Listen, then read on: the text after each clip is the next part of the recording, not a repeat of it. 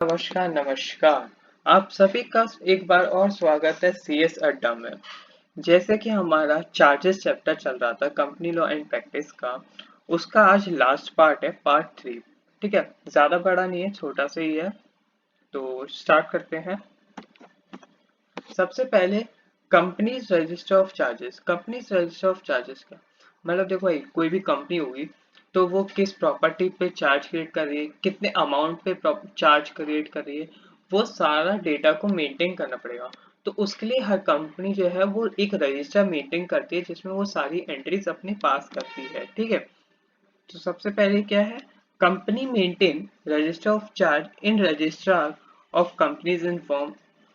Company जो होगी, जिधर भी कंपनी रजिस्टर्ड है, जिस भी आरओसी में रजिस्टर है, उस आरओसी में वो मेंटेन करेगी register of charge in form CHG 7 में।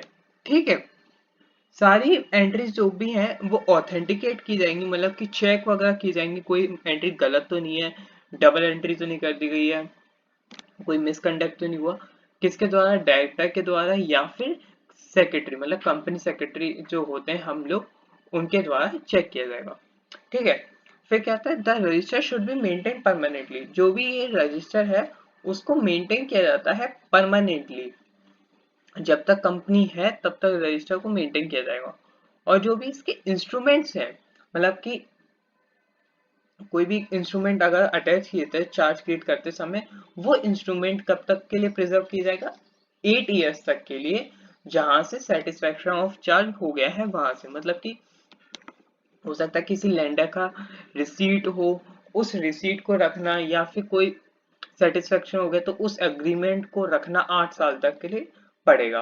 और रजिस्टर ऑफ चार्ज है वो तो आपको उम्र भर रखना है, जब तक कि भाई कंपनी जिंदा है। ठीक है, समझे आप?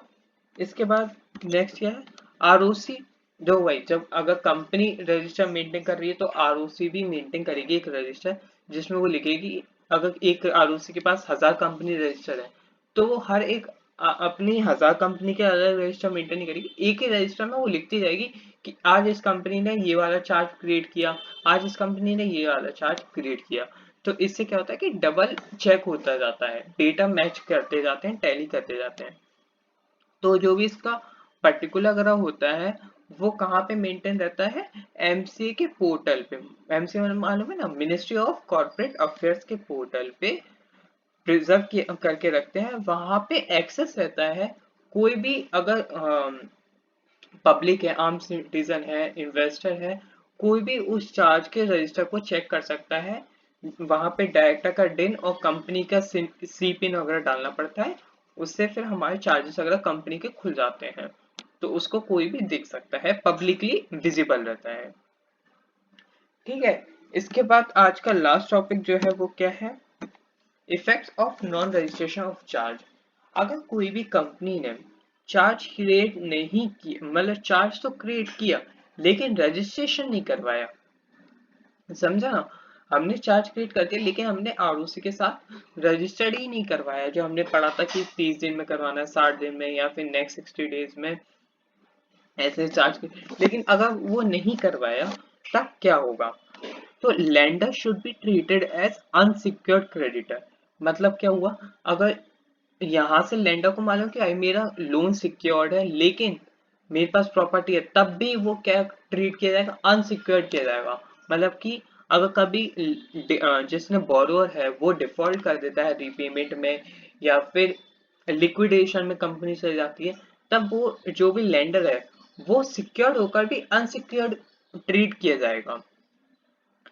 वॉइड अगेंस्ट द लिक्विडेशन, मैंने अभी बताया ना कि जब लिक्विडेशन का टाइम आएगा तो it means the company ignores the charge and the lender consider unsecured. कि भाई जब लिक्विडेशन की टाइम आया तो आप चाहे सिक्योर थे, आपके पास असेट भी थी, चार्ज भी था, लेकिन आपका चार्ज था वो रजिस्टर्ड नहीं था। इस कारणवश आप, जो लेंडर है, एसबीआई बैंक है, एचडीएफसी बैंक है, कोई भी बैंक है या कोई प्राइवेट व्यक्ति है, वो अनसिक्योर्ड ट्रीट किया जाएगा। अगर किसी भी प्रॉपर्टी पर सब्सिक्वेंट चार्ज क्रिएट किया गया है, मतलब कि मैं फर्स्ट लेक्चर में जैसे कि मैंने बताया था कि एक प्रॉपर्टी है, अगर एक प्रॉपर्टी की 50 करोड़ की वैल्यू है, अगर उस पे 5 करोड़ 10 करोड़ 15 करोड़ ऐसे चार्ज अमाउंट का लोन लेता गया तो चलेगा। लेकिन अगर एक प्रॉपर्टी है जिसकी वैल्यू ही 1 करोड़ है, अब किसी व्यक्ति ने मैंने बैंक में जाके लोन लिया, तो मैं सिर्फ अमाउंट कितना मैक्सिमम अमाउंट लोन ले सकता हूँ, 1 करोड़। अगर मैंने उस प्रॉपर्टी पे 1 करोड़ से जगह 2 करोड़ 5 करोड़ 10 करोड़ 100 करोड़ का लोन ले लिया और उस प्रॉपर्टी को फ्रॉडली दूसरे को डिस्प्ले किया कि इस पे कोई और चार्ज क्रिएट नहीं है, तब इसमें क्या कहलाया जाएगा, जो भी प्रॉपर्टी पर लैंडर ने रजिस्ट्रेशन करवाया था उस रजिस्टर्ड लैंडर का हक कहलाया जाएगा और वही ट्रीट किया जाएगा एज अ सिक्योर्ड क्रेडिटर। और अगर किसी लिक्विडेशन का प्रोसेस भी हुआ कभी इन सिचुएशन, तो जो रजिस्टर्ड लेंडर होगा वही सिक्योर्ड क्रेडिटर कहलाया जाएगा और जो दूसरे उसी प्रॉपर्टी पे चार्ज होल्डर्स होंगे वो अनसिक्योर्ड ट्रीट किए जाएंगे। एक बार सारे देख लेते हैं। सबसे पहले हमने पढ़ा था कि कंपनी जो है वो रजिस्टर मेंटेन करती है चार्जेस का इन फॉर्म CHG 7 में।